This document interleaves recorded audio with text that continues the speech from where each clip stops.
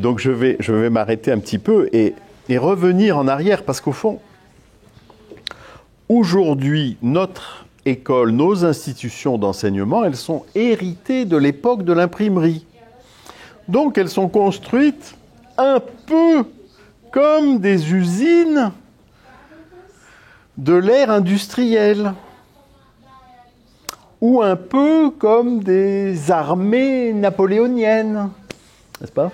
C'est-à-dire que là, on a des écoles où normalement c'est plus seulement l'élite qui est obligée d'y aller, mais l'ensemble de la population. Puisque tout le monde doit travailler dans les usines ou se battre dans les armées du peuple, etc.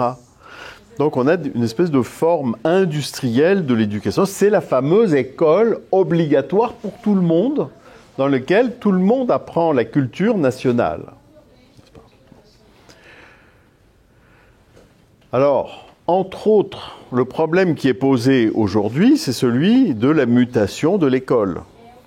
Puisque avec cet nouvel environnement de communication, eh bien c'est clair que l'école et l'université ne vont pas rester les mêmes.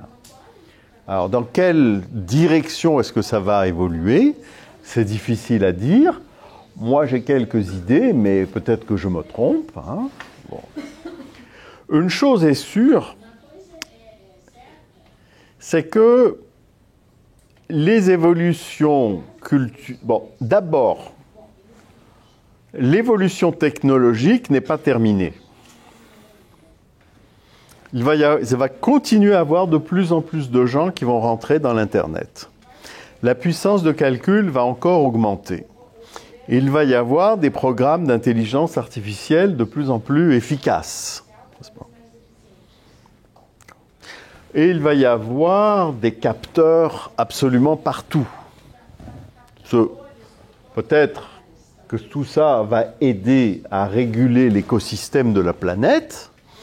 Peut-être aussi que ça va servir à implanter un énorme système de contrôle social comme ils sont en train de faire en Chine. N'est-ce pas ? Tout est possible, on ne sait pas comment ça peut évoluer. Bon. Mais une chose est sûre, c'est que ce n'est pas fini, sur le plan technique.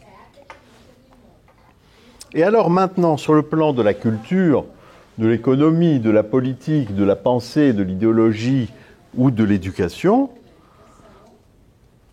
les évolutions sont plus lentes que les évolutions techniques.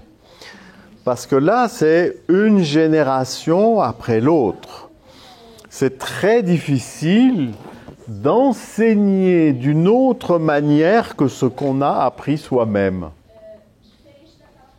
Vous voyez ce que je veux dire ? Donc, les évolutions sont lentes. Ça va prendre du temps. Mais il faut que nous projetions dans l'avenir des évolutions culturelles très radicales.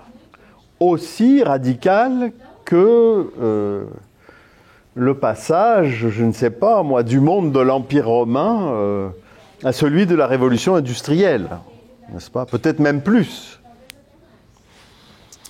Imaginez que vous disiez à Jules César, qui était quelqu'un de très intelligent, que dans le futur, il y aurait des centrales nucléaires et des voitures qui marchent toutes seules, qui ne sont pas tirées par des chevaux, je veux dire. Je ne parle même pas de la voiture, qu'on pourrait conduire, que les roues tourneraient toutes seules, qu'on n'aurait même pas besoin de pédaler. Je dis, non, c'est pas possible. Il y a des choses qui étaient impensables, d'accord ? Donc, il faut penser à notre futur comme étant impensable.